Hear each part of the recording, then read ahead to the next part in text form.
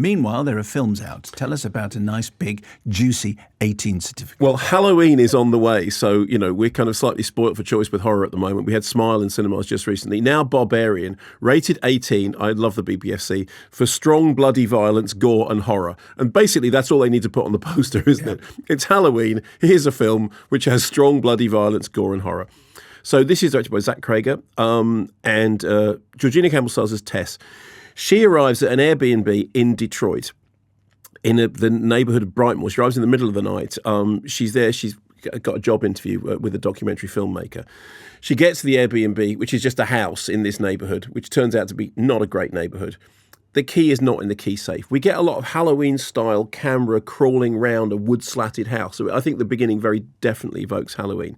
Then the door opens. There's somebody already in the Airbnb, and it's Bill Skarsgård. Okay. And channeling Norman Bates in Psycho, doing the kind of, although actually he'll turn out to be more Janet Leigh, but that's another thing. It seems that they have both booked the same Airbnb through separate websites. If you tried to buy tickets for our Halloween thing from the wrong website, it's sold out. Yeah. So, what are they going to do? He says, look, you better come in. She's obviously uneasy because she doesn't know him. And he says, what, do I look like some kind of monster? To which anyone who's seen it would go, yeah. Almost certainly. You literally looked like the guy who hid in the drain. But he seems nice. He gives her the bed. He takes the sheets to do the cleaning while she goes off to have a bath. She comes out of the bath. He's there waiting at the table. Here's a clip. Hey. The laundry's still in wash. But I thought, I'm wide awake, so I it's going to be a bit nut. I thought I'm going to have some of this here wine, but I didn't want to open it before you got out of the shower because I noticed you didn't drink your tea. And I totally get that, by the way. I mean, you don't know me, and this is a really weird situation. It makes total sense. But I thought that, you might want some of this, but if I open it while you weren't here, I'm sorry, I'm rambling, Jesus Christ. I thought you wouldn't want any if you didn't see me open it, so I waited. I'm good. Wrong answer. I mean, I haven't seen the film. Leave.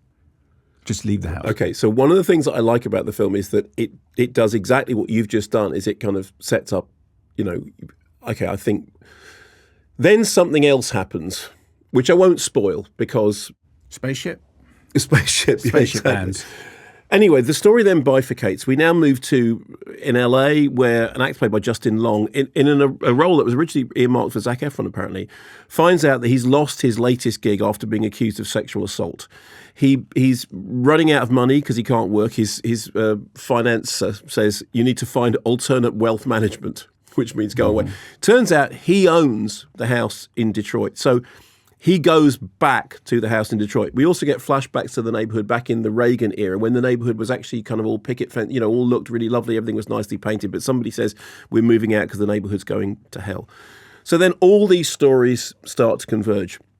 I think what I like about the film, apart from the fact that it's well made and it's witty and it's got some sort of nice scares and it's got strong, gory, bloody horror, is that it does a lot of playing with your expectations. It does a lot of discussing and then playing with and then flipping gender roles. I mentioned that there's that nod to Halloween at the beginning. There's also another shot, which is a low Dutch angle upper staircase with somebody standing at the top, which seemed to me to be very clearly a nod to Stepfather.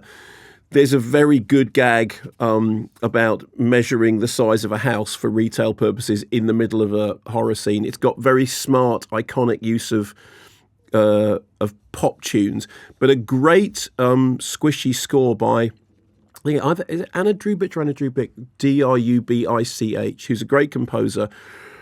These kind of thumping electro bass notes during moments of growing, prowling tension. I really enjoyed it. It played at Fright Fest and it was a real crowd pleaser, and it's very easy to see why. And I would predict that it's going to turn out to be exactly the same for the Halloween multiplex Friday evening market, which is great. But not on Monday. Not on Monday. No. I would predict that on Monday it's going to sell 0 tickets. Cinemas will be They'll deserted. be just deserted as everyone's coming to see it. Anyway, Barbarian, Certificate 18 for strong, bloody violence, gore, horror, to which you can also add wit and some nice, squishy moments. Thanks very much for watching this video. I hope you enjoyed watching it as much as we enjoyed making it. While you're here, check out all the other videos because they're cool too, aren't they? Yeah, and if you want to keep up to date with everything Kermode and Mayo's take, then check out our social channels. I mean, why wouldn't you? I mean, I would. I have done. Excellent.